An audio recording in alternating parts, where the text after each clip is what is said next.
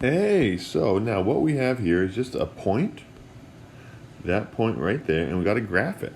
Okay, so what we got to remember is that for every point, it's always written with a parenthesis, the x value, then a comma with no space, and then the y value, and then you close the parenthesis.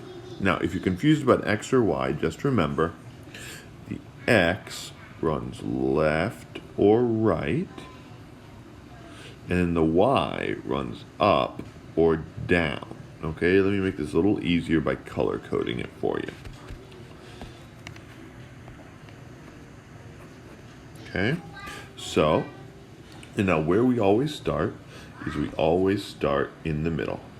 And your goal is to get to the red dot. So let's do left to right first. So to get to that dot, we go to the right 1. Now that's positive stuff. 2, 3, 4, 5, 6, 7, 8. Right where that 8 is. So that's the x value. Then you go down, so that's negative. 1, 2, 3, 4, 5, 6, 7, 8, 9, 10. Which is the y value. So that's 8, negative 10. And that's the answer. Okay, let's look at another one. Okay, so I think some of you have already noticed, instead of having to count each time, what you can do instead is saying, listen, here's the point that I want. It's there and there. So I need to go over negative 10, comma, then up 1. And that's my point. What about this one?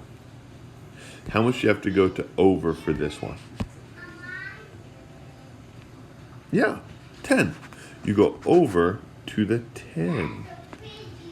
Then you go up to the 5. And that's our point. Okay? Now it gets a little trickier. Like, this is as tricky as I can make this part. Because this middle is always 0. So to get to this point, we are going over 0. And then you're going down to negative 4. 0, negative 4. Okay, let's look at another one.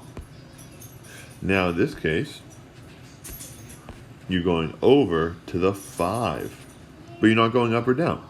So that means the point is over 5, up or down 0. And that's what you type in. No spaces. Okay?